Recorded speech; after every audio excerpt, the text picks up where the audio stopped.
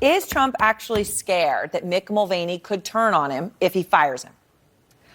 Aaron, I haven't been told of a specific fear about Mulvaney. What I have been told is that allies are telling Trump that what happened with Bolton, which is to say details leaking of him, issuing scathing criticisms of Trump and his foreign policy behind closed doors, have in fact rattled him and made him rethink his policy of just flippantly casting off advisors and then trashing them by tweet.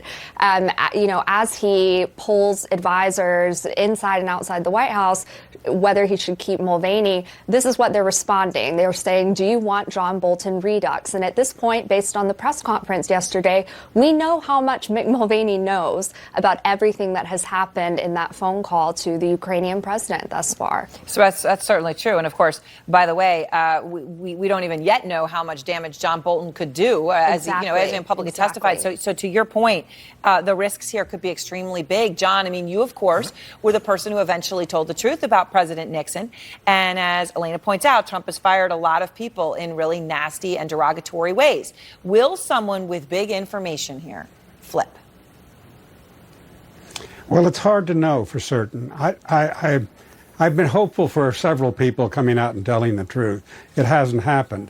But I think he is in a hard, very difficult position right now with Mulvaney, who knows a lot more than he has said in the press room. And in my own experience, Nixon could not remove either me or his chief of staff and his top domestic advisor, because I told him I really wouldn't go unless they went. I knew that was necessary to solve his problems. So he is in a difficult position. So Greg, we know Mulvaney issued the order, the actual order, the formal order, right, to hold the Ukraine aid up. And now he said that order was a quid pro quo. How much more could Mulvaney know about? Well, Aaron, he could know everything there is to know about this. The chief of staff position, as John and David both know well, should be at the middle of virtually everything that's happening in the White House and everything that the president is doing and thinking. So he should know everything. And this clearly was a quid pro quo. And the idea that he tried to walk it back is obviously not passing the smell test or the believability test with anybody.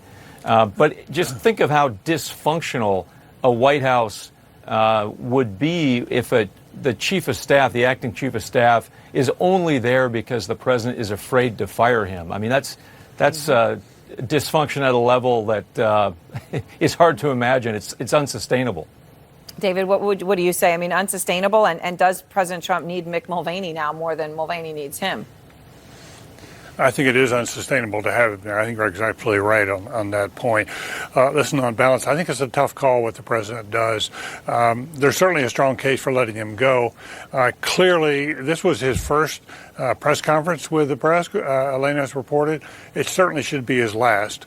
And the president, if the president doesn't have confidence in him, it's really hard to keep him. I think, on the other hand, on balance, I would say keep him, and I think there are a couple of reasons.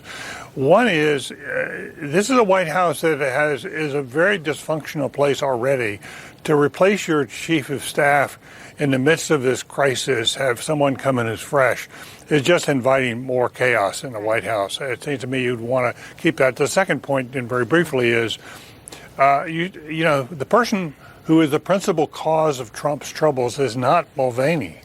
It's the president himself.